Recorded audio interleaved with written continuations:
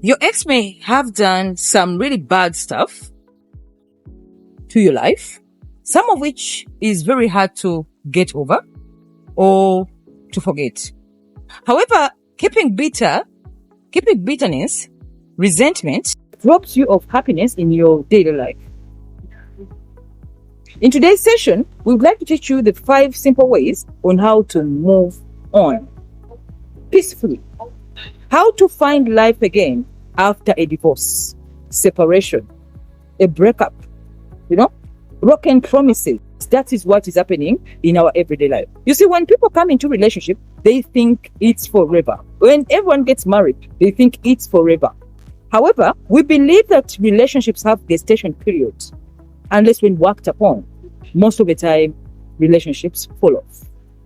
And that's the reason for this show. To teach you what you can do, the activities, the simple ways you can practice to move on emotionally to a new life when you've had a broken life caused by a disappointed relationship or a disappointed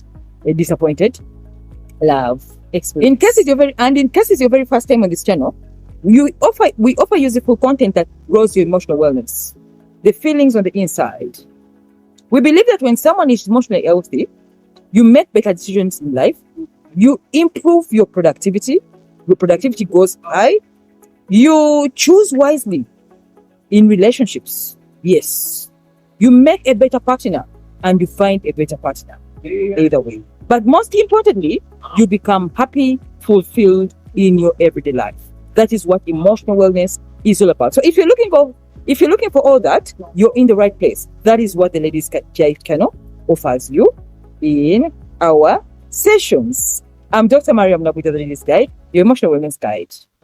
She's a lady, she's a Cancer. The pain and the effects of a broken relationship or loss of love is felt as time passes by. Most of the time when relationships end, when you divorce, when you separate, when you break up, the effect of that action is not felt in real time. However, as years go by, as months go by, many people revisit all the experiences that leave them brokenhearted. You may find that in your life, every time you try to move on, you're always stuck in the past relationships. Many of you have failed to move on. Many of you have failed to find new partners because you're stuck in what doesn't exist anymore. So, I'm going to give you a few questions to ask yourself, and if the answer is yes, you are a bitter person. Let's get started. Are you always plotting revenge over your ex? Ever thinking on how to hurt them back for a fair relationship? You are a bitter person. Have you hardened your heart that many people come to love you, find it very hard to penetrate through or to come into your emotional in your emotional life? When people find it hard to love you because you're still bitter over your past relationship, you are carrying bitterness. Number 3, has the broken relationship cut you off emotionally from your friends and family? That you are totally disconnected from every other person? You are a bitter person. Lastly, do you still lament about your ex? To whoever listens, to whoever is willing to listen, you talked about your ex of 10 years, 15 years, 6 years ago, as if they are still present in your life. You are a bitter person. So if the answer is yes to all those questions, this is your show. Because we are going to help you realize, come to reality, come to that point in life to accept that the relationship ended. You see, as women, as ladies, it's very difficult for us to let go of relationships. Why? Because we are emotional beings. When you fall in love, when you get married, when you have a family with a man, when you get children with a man, it gets very difficult for every woman to let go when a relationship doesn't work.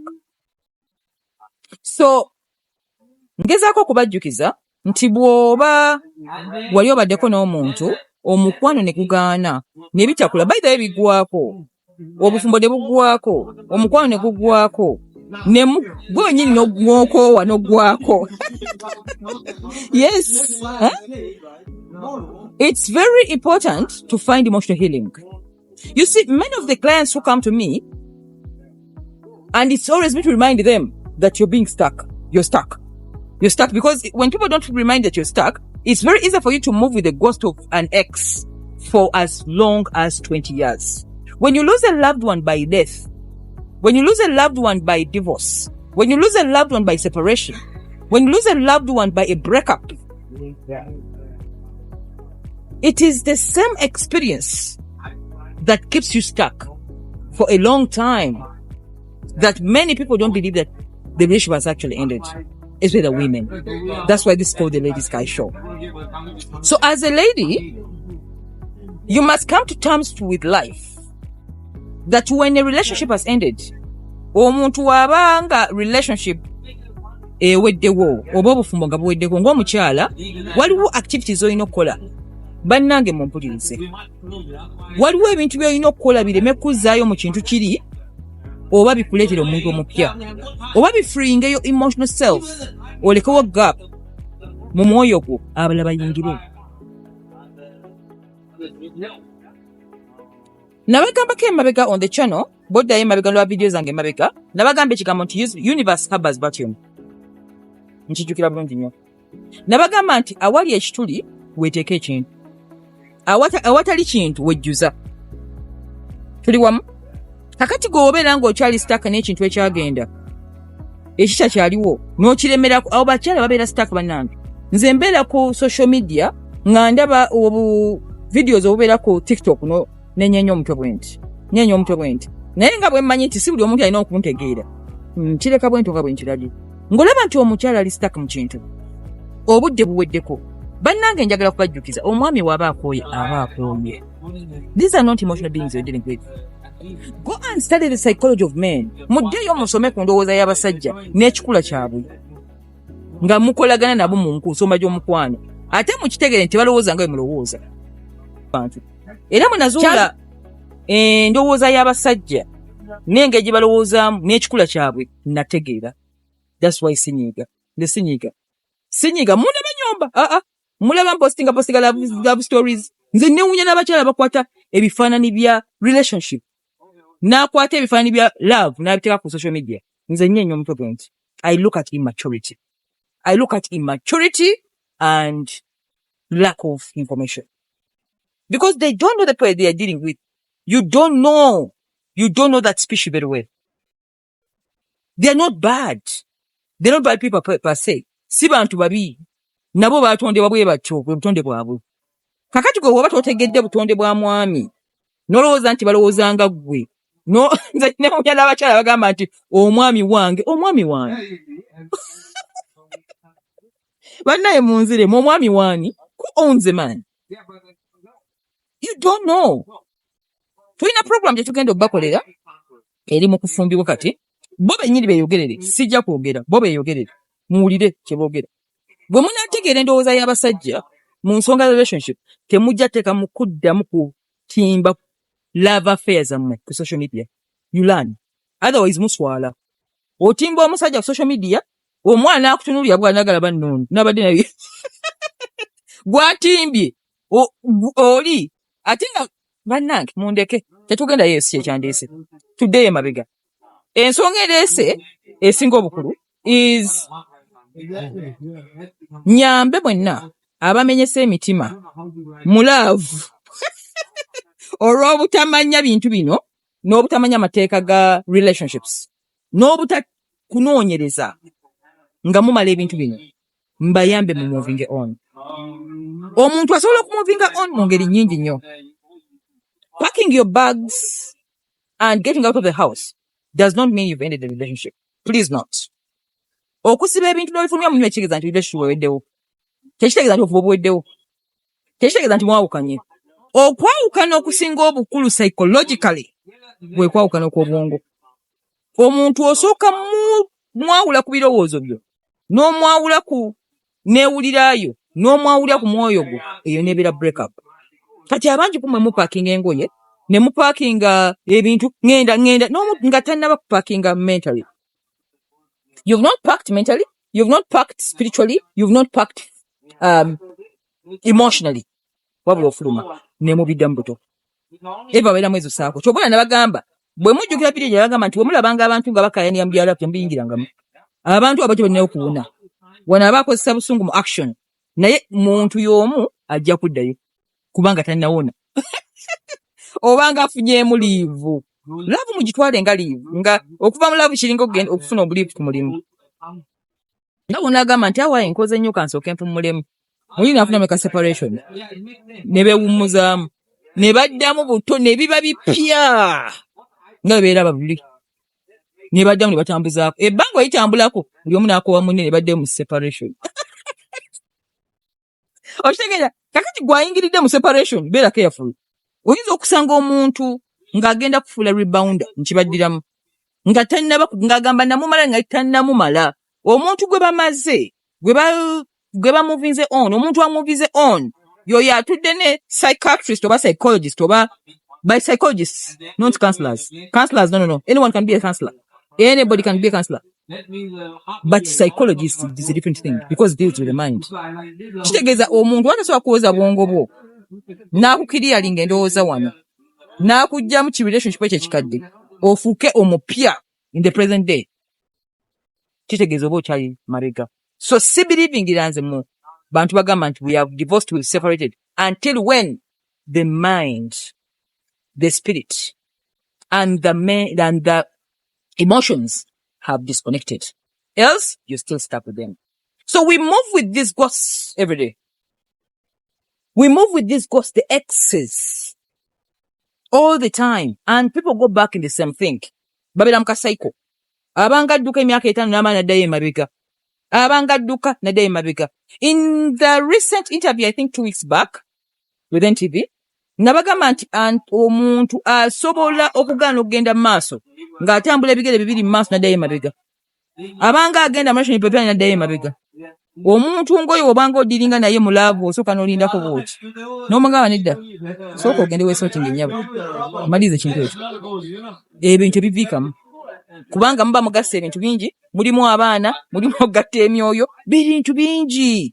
Not because omuntu baba bakyamwagala, ne laba eba yaggwawo dda naye nga bye bagasse tebibakkiriza genda mu maaso. Kati bye tugenda okumalawo olwaleero. We want to help you separate in peace. If that is what you're looking for. If you want to make up with your ex, what your video bagita how to get back with your ex. Wawulyanga tonnatuuka kumaliriza kintu ekyo ddayo mabega. Genda ku video eri nagibakolera how to move back to your ex. Naye eno ey'olwaleero we are covering those who are tired, who have decided, who have been stung by the relationship nga omuntu ayagala fuluma kintu. N'agamba nnemereddwa mbanga agenda n'enzayo emabega mbanga yeebaka nga nsukira ye mba ndi ku date njogera kw'oli wensanga bakwano bange mbanyumiza kintu ekyayita omuntu n'anyumya ku mwami emyaka 2 nga baadivosinga 20 years ago ng'akyagala musajja mpaka kati gwe njogerako kati nga relationship yaggwawo dda gwe n'osikaza n'ebifaananyi nga byotunulako ngoloza mbu ekyaliwo n'engoye z'omuntu n'osigaza mu nnyumba n'ebimukwatako byonna nga bibi representative of that old and broken relationship. That is what you're going to talk about today. Tubadde mu nyanjula. So then, we are going to help you deal with resentment, bitterness, and forgiveness of your exes. You move with these ghosts. Ne mutwala obusungu mu bantu abapya. Eso y'abaami. Omwami n'adetinga omukyalo omupya n'amumaliyako obusungu bw'omukazi omukadde.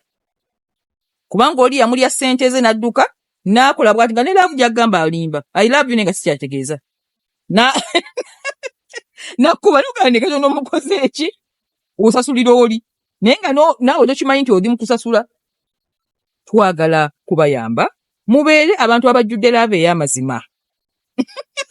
Etaliimu munda balina bitterness. Mulowooza sirina ba ex. Bitterness, in fact, most of my exes are my business partners now. Tukola business. Owona n'otukane ku level ng'osobola n'obazza mu business temukola. nga biri byaggwanga mufise brothers and sisters, eyo gye bayita forgiveness, eyo gye bayita moving on. You don't carry any resentment with these people. Naye waliwo stages mu tulina okuyita. Kale tutandike with the simple tips on how to get over your ex and avoid that bitterness. Dr. Mariam Naboja. Number 1, get rid of all reminders. Get rid of all reminders. You see, when you're with your loved one, the places you move, the gifts he gives you or she gives you, the friends you share, the memories you share, the photos you uploaded on social media, Instagram, Facebook, all that is evidence of that transaction of your relationship. I see many people uploading photos of loved ones on social media, then pull them down when they've broken up. That's a wise move. It's a wise move. However, to avoid all that, don't upload it. Why put there? You have too much confidence. I don't know. Maybe we might need to use it. Sikhism at all. Okay?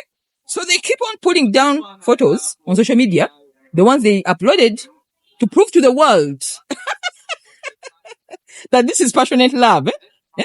Passionate love. The first 3 years, 5 years of marriage, everyone wants everyone to see. Then 10 years, they pull down those photos. Because after 10 years, that is the reality show. It has matured. Baby, atandise okudduka emisinde. Takyali oli, bw'omwali mulera kyali mito. So, I don't know where people miss the prudence of the future when it comes to relationships. I don't know why people don't look into the future. Tebatunula maaso, batunula we bali wano. In this 3 years marriage, everyone thinks it's forever. But psychologically speaking, every after 10 years, a relationship takes a new turn. That one, not it. Period.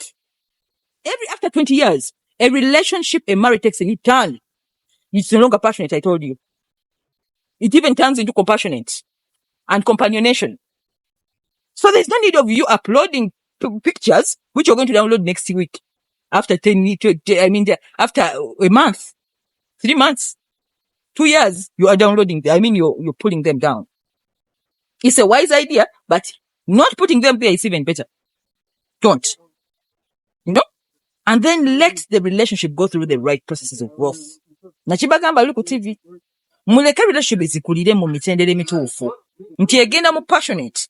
Nedda mu compassion, mu companionation. Negenda mu compassionate. Nimbe ziba ziri mu compassionate. Musika bifaananyi bye mwateekayo. Passionate yeweddeko. Muli mu companionation.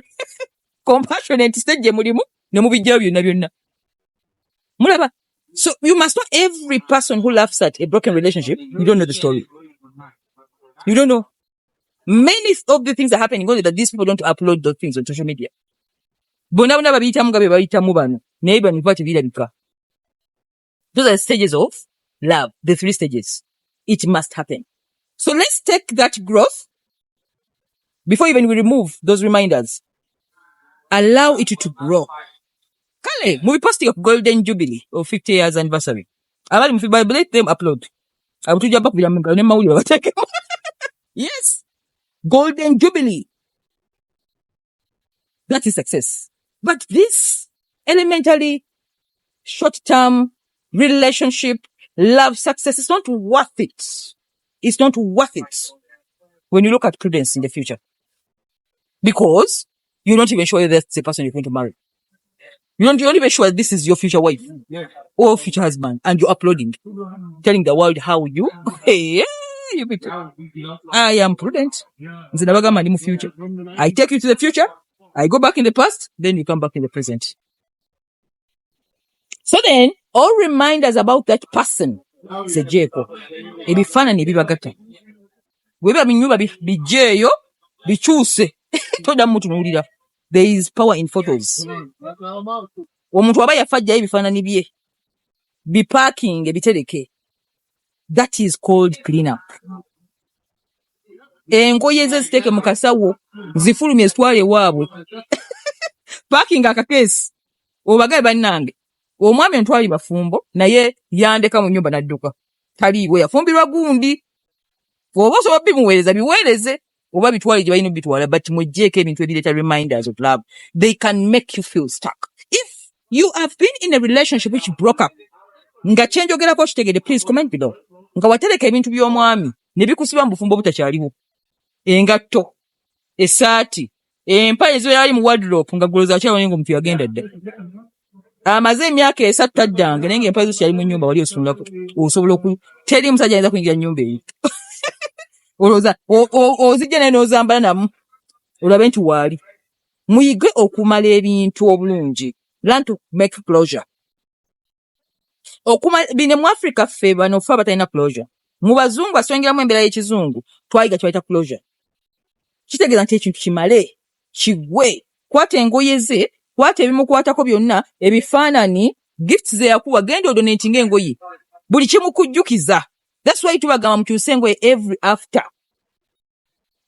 after change clothes.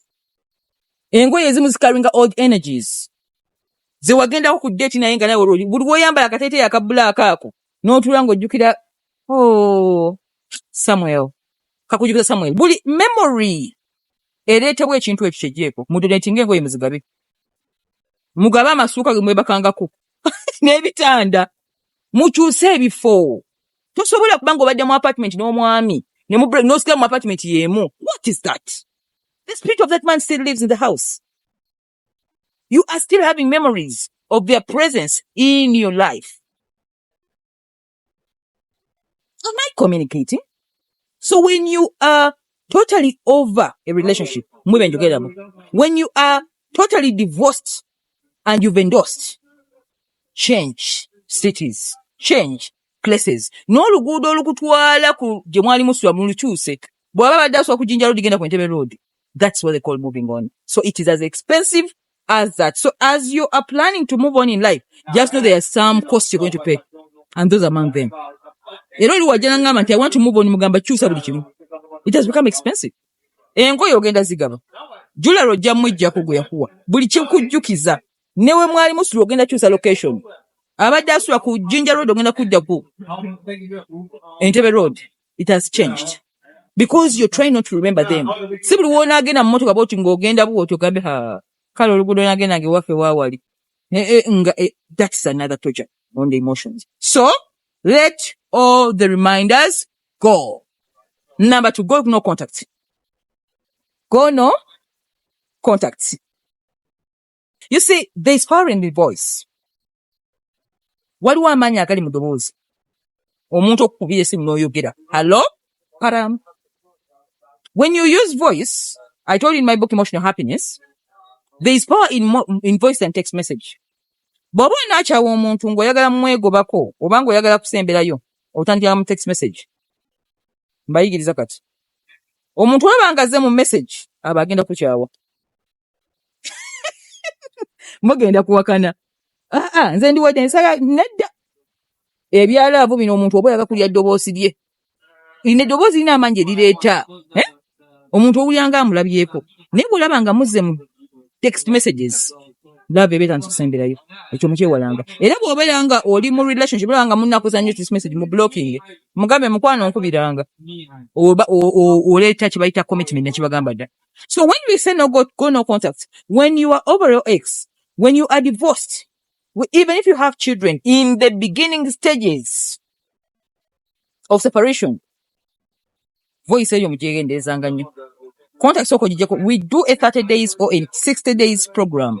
Ng'omuntu yogera naye. Omuntu olaba nga amaze weeks 3, mwezi mulamba, temuwuliziganya, ne wabanga mukwano gwe waddanga weebuze kyakimi. Kitegeeza buli bbanga ly'amala nga tali naawe. Afuna emikwano emipya, afuna ebirowoozo ebipya, tagenda kukomawo nga bwe yagenda. So when someone goes no contact for quite a long time, you forget that person. Like I told you in my book. Men fall in love in the absence of a woman falls in love in the presence of a man. So is communication. When you want to cut off a man in your life, cut communication. Eddoboozi ndigyeko ojja kulaba. Ogenda mwerabirira totally 60 days. What kyamujjukira. Kati owulira ng'okooya omuntu. Totawaananga kunnyonnyola. Just go no contact. Go incommunicado. Ojja kulaba ng'omuntu agenda tokyamujjukira oba omwerabidde. That's the psychology behind communication. So if you are tired of a relationship which is not getting off your mind, cut off communication. Ne bw'oba olina omwana n'omwami nga you're a single mom, weegendeza nnyo communication yene ya voice. Asobola okuddamu n'akuzalamu omwana omulala. Oyo akasekako n'okaseka ku ssimu bw'oti. Agamba hey, oli wakati. Bikyuse. So communication is the blood life of a relationship. Be very careful on how you communicate, especially to your exes. Abamu bajja gamba lwaki simulabe wange ebbanga likoze litya litambudde mbagambye nze nina byenkola nabo business. Bulungi nnyo waona abantu nga bene baagala. We are even now again like friends. But biri byaggwawo kubanga ebbanga liba likoze litya liba litambudde. Naye woba okyali mupya, woba oli kyali mupya mu break up or separation, it's better to go incommunicado. Don't communicate. Don't go no contact. After 60 days, 90 days, you've healed. Number three. Make reality your friend. Make reality your friend. Ndakibajjukiza. You know, people like lying each other. Mubine byala birimu obulimba bungi. Birimu obulimba n'obutayagala kujjawo kintu nga bwe kiri. Birimu okubika kungi. Apart from people like us who put everything like many people baga nnyo okwerimba. Mulaabu. Ne weebe weddewo. Abatakkiriza. You tend to revisit the past messages, past events, just to prove nti bambi yali akwagala. Ngodda mu byayita just okukamba nedda tennaggwawo. Nabagambye nti omukyala asobola okusikayo essaati ey'omusajja n'agyambala. Nga gayi yagenda nadda. Kati bano abamulaba ku nebba kubagamba bambi. Ebina twabikola. Oyambala essaati abantu bagamba bambi akabaka bakyeyagala obanga gw'oyambadde. Naye ng'omutaliiwo. So make reality your friend means that accept that the relationship is over. Accept that you are bitterly treated. Accept that this won't work. Wewe relationship gye tukamu nga tegenda kukola bannange. N'oteekamu nga togenda kujjamu. N'okkiriza kigenda kukola. Ate muba na resentment eri basajja bano. Oba abakyala. If you're a man. Relationship wegaana, omuntu wagaana okwagala. Naye tekiba ku ye. Bino bintu by'ensonga za myoyo. Tagaanye nti kubanga oliko ekintu. Oba kiki. Ekintu kiganye bugaanyi. Afunye munne bakwataganye. Kkiriza. Hey, that's a bitter truth. So make reality of your friend, it means accept that this person doesn't love you. Accept this person didn't choose you. Accept that the relationship wasn't resourceful like how you expected it to be. And let go. Let go. Okay? So acceptance, there is power in accepting reality. Those of us who learn to accept things, Wamala okwebulira amazima comes peace of mind. Fudda mukuswa tuwebase. Nabagamba basubire bya basomesa nabagamba togenda nga mbuliri ngo olina doubt mbongo. Oba nedda. Oba webanga ngo oli mbuliri otosinga bwot. Over a decision you have to make. Don't sleep. First go and sit and solve that problem. Accept reality. Then go back. Ojoka ngo back. Okay? So then, when a relationship has ended, and you want to get over your ex, accept they are gone. Toba baona kintu kulimba wano. Mtu wacha aliwe suri gafa agenda okoma. Because abasika tibakkiriza. Omuntu ng'ebikolwa by'omuntu bikulaze bulazi nti oli yagenda dda.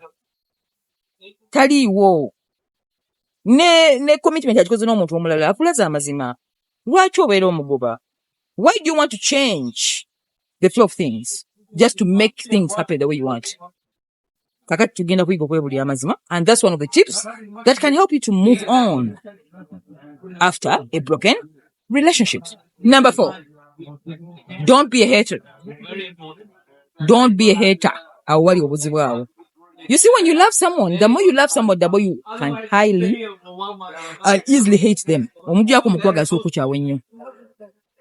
Kyanguyira abantu otukyawa ennyo abatwagala okusinga n'abatatwagala. If you've ever been in a relationship which is lukewarm, ng'omuntu omwagala nnyo, nga tofa nnyo nti omwagala, njagala okubajjukiza nti relationship omuntu gatomwagala takunyiiza nnyo ngono gw'oyagala.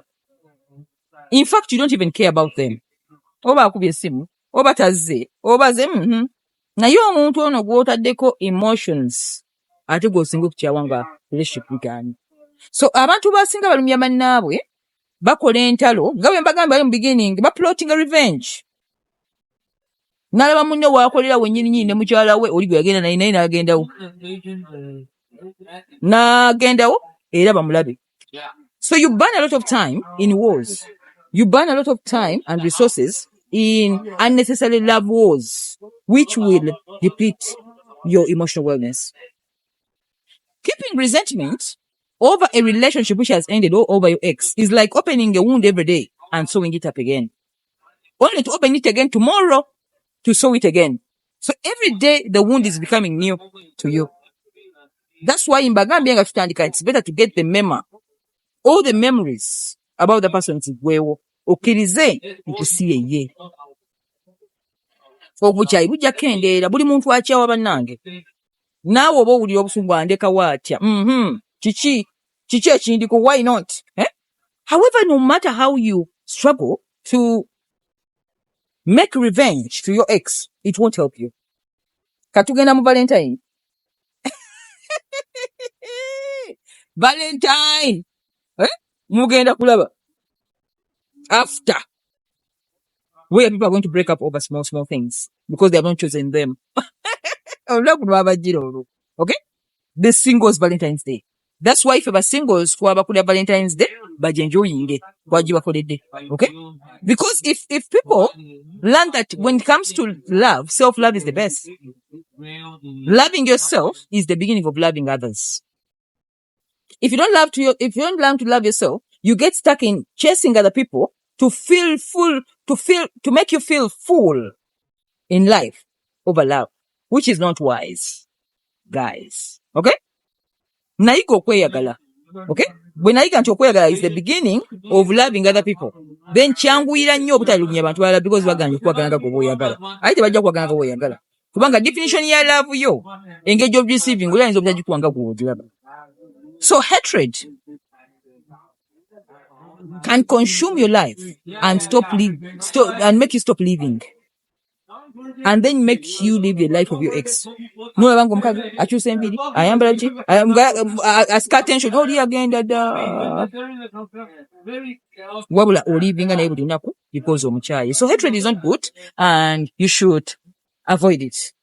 How to avoid hate? Buli wolaba akatima ako nga kazze n'omulaba abantu wali ogamba ngolaba kanga kazze. Just remember one thing. Every moment you hate somebody, you're robbing your emotional wellness of happiness. Buli wokola ekintu kino owulira nga akwasa obusungu nsanyuya abajiddeko eddakiika eyo and so forth. Okay?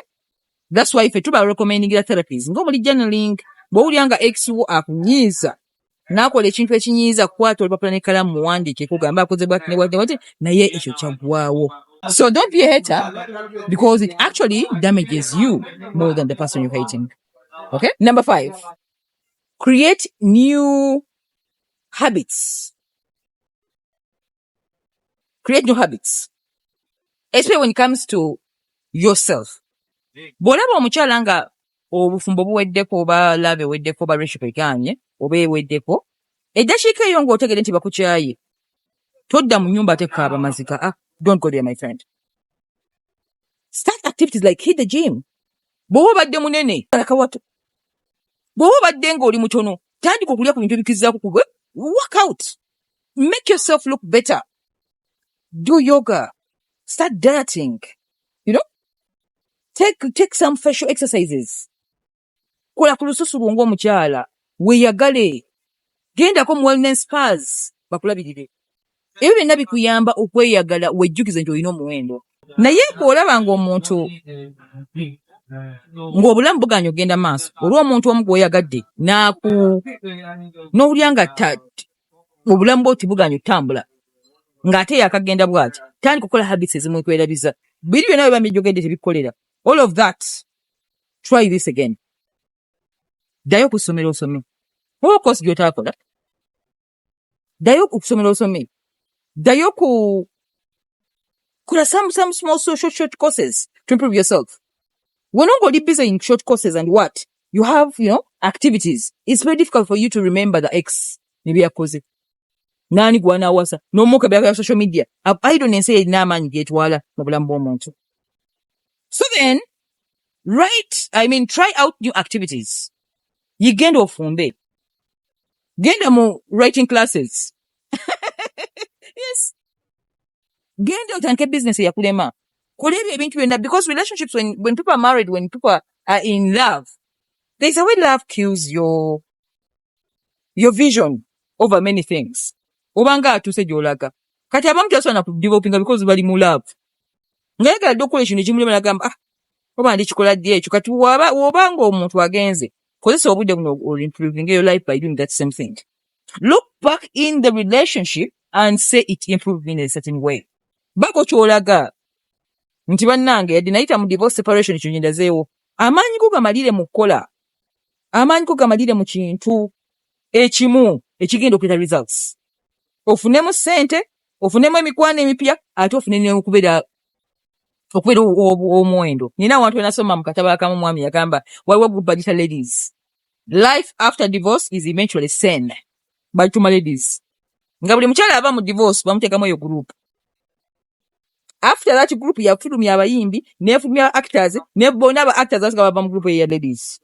why because when a woman faces a divorce when a woman faces separation afuna willpower there's that sixth sense survival instincts emwongerako amaanyi okukola ebintu ebyali byamulemedda mwana wattu that's how it is so tetwagala abantu batula mu nyumba kaaba don't sit home and start crying on the couch don't sit behind life and then start complaining life gives you second chances at times divorces also separation divorces and breakups are necessary for your own personal growth many of you haven't done personal growth singa temayita mu bintu bino era nga abakyala basigaye bajja mu classes zange nga ze ayita mugamba yasooka okukola personal development tojja kukimanya kyenkugamba naye bw'ona akikola ojja kuwulira kyogera owulira I can't explain what is going to happen to you. It's you to define it.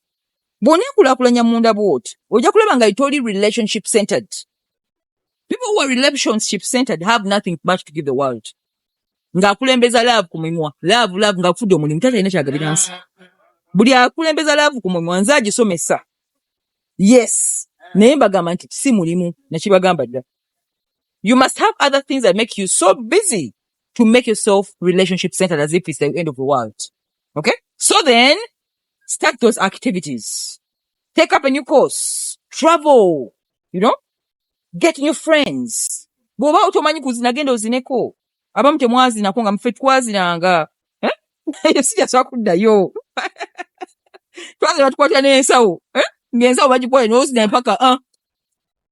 So if you didn't dance before, go and dance. Live a life. We live a life we are here to enjoy life. Okay? So don't deplete yourself by sitting back and start pouring over the spirit minute. Okay? And that is how you create your new life. Improve. We want to look at you. Bagamba omukyala ono okuva omwami we yagenda. Omukyala yanyirira. Tubiraba ebyo mu society. Bw'oba mukirabako eyo comment below. Ng'omuntu okuva omwami we yamulekawo. Omukyala ddala ku ddala. N'ogamba, kyekyaliwo luli.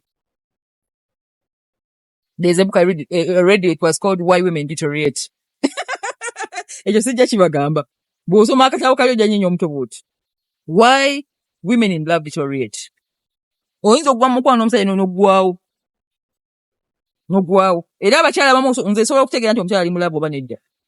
Bw'olaba ng'ogwa mu laavu n'okogga ng'omanya. Oyo ali mu laavu. Bw'olaba omuntu ng'akogga ggwawo ng'omanya omukwano gusobola okukozza. Bodi n'eggwawo bw'eti. Oluusi ne kugeza omuntu bw'ati. It depends on how it plays on you. Okay? So then, create new habits. Create new habits. Change hairstyles. Bobo uli engiyos kwa igendo sayaka viriko kampi. siba ku buviiri tewali kwekaddiya nabagamba guno omulembe buli mukazi yeekaddiya, those are your problems. Ensi ebawadde buli kimu. There is fake everything, fake nails, fake watch, fake hips, fake the market has been flooded by fake things just to make a woman young. Fake boobs. I'm not like this. Me, I'm not like this. These are not fake. They are fake boobs, fake bums, fake butt. Try to fake up yourself. Remember, men like visuals. Don't forget, men are visual.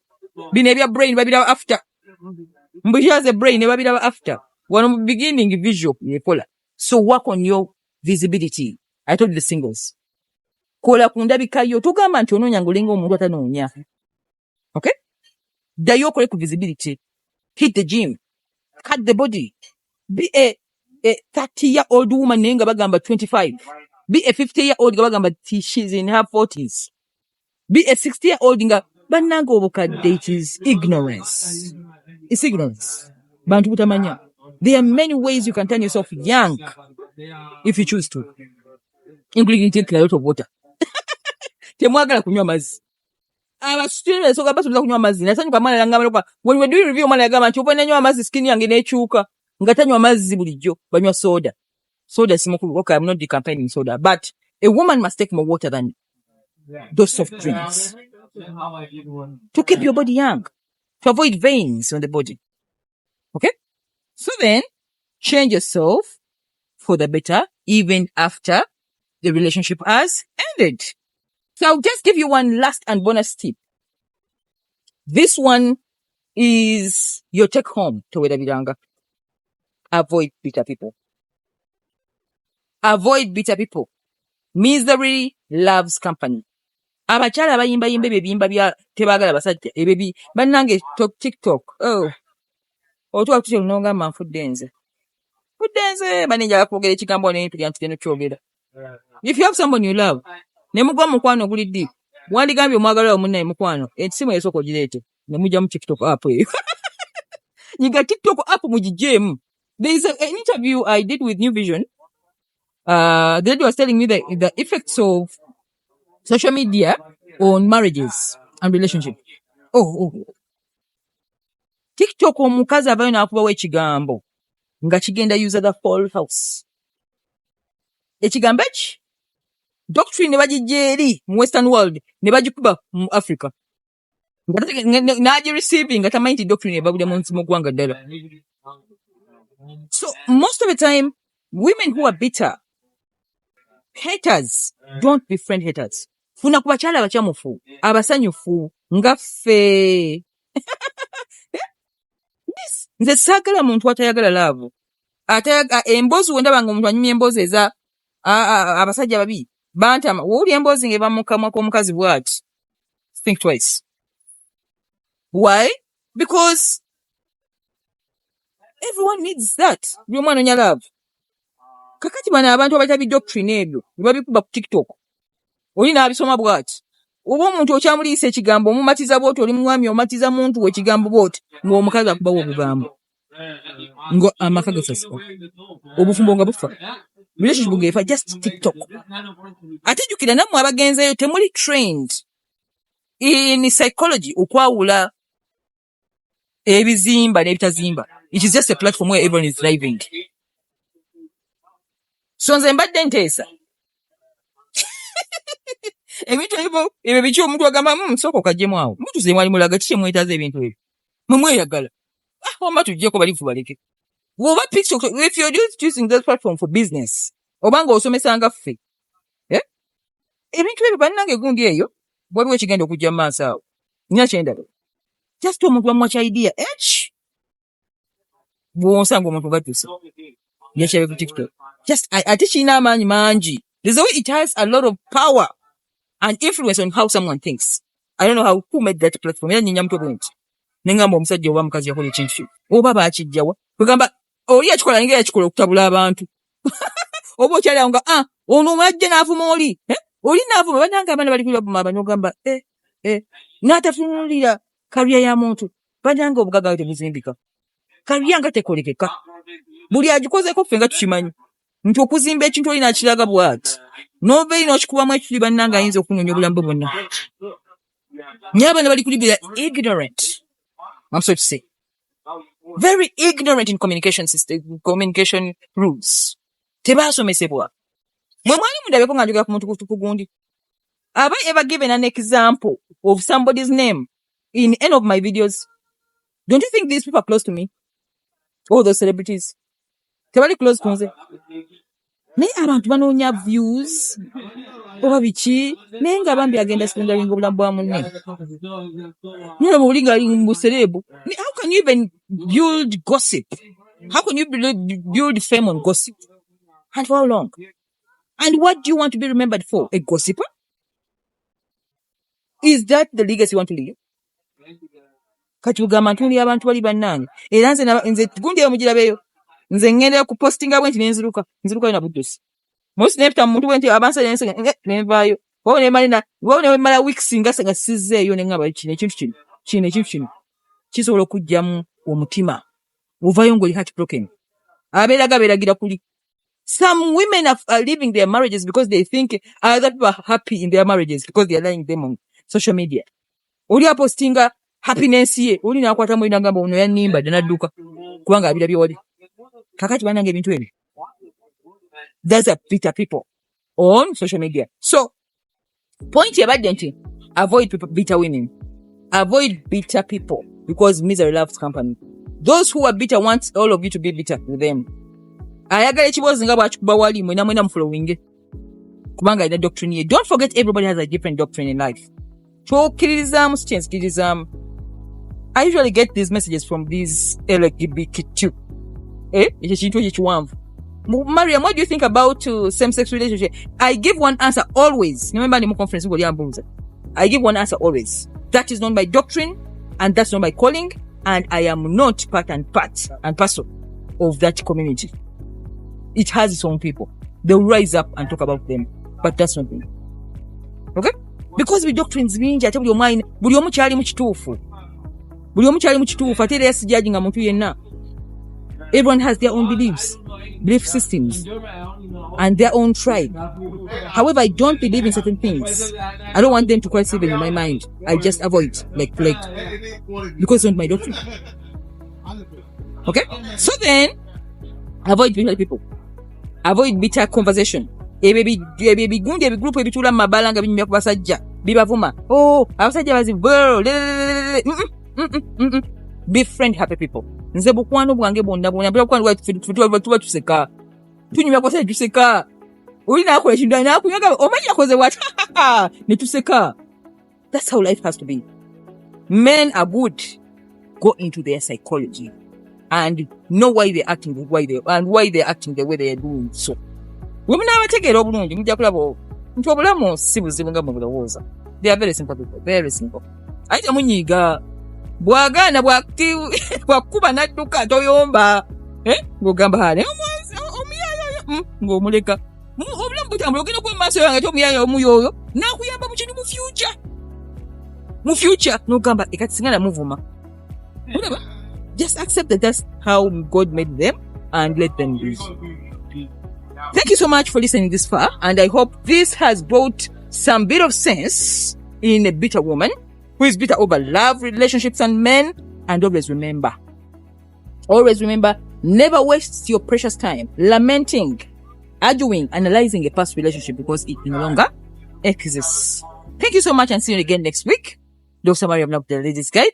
In case you missed our previous video on 20s and 30s, the dating escapade in the 20s and 30s, please find it on the video, on the end screen. Watch at leisure. And thank you so much. In case you want to be our member always, I remind you, this is membership kind of pure information for the members. Bano nchaba wamwe. Mchaba because katonda yagala mbawe. Na ngenda kusala kakantu kano mulundi kumumbule. Luina kati. Nabula ne munonya. Njabula mubere confused ku street ya love. Ngoli wakati, ngoli half baked. Ngatoma chidapo. Please be the members of the Ladies Guide channel. And then we shall have more of this useful content in the future. I love you so much. And happy Valentine's Day. Valentine's Day is coming and I have something hot for you. Okay? Singles. Nabagambia buli atana bafuna musajja muli kubya mmwe. Nze bane katonda yampa. kyemunoonya kifuladingira wange eno. Bannange naye Katonda anjagaza ki? Anjagaza ki? Era mwawona. Okitegeera? Mwawona. So if you're single, please join the singles program. Even if you don't get now, nze mba mmaze otegeera. Sooner or later, musaiko, someone comes and my memory is so sharp, mba seera bya kyabangambye kyabayagala. Okay? So the men are with me and I'm the ladies' man. Come and get your man. Bye-bye.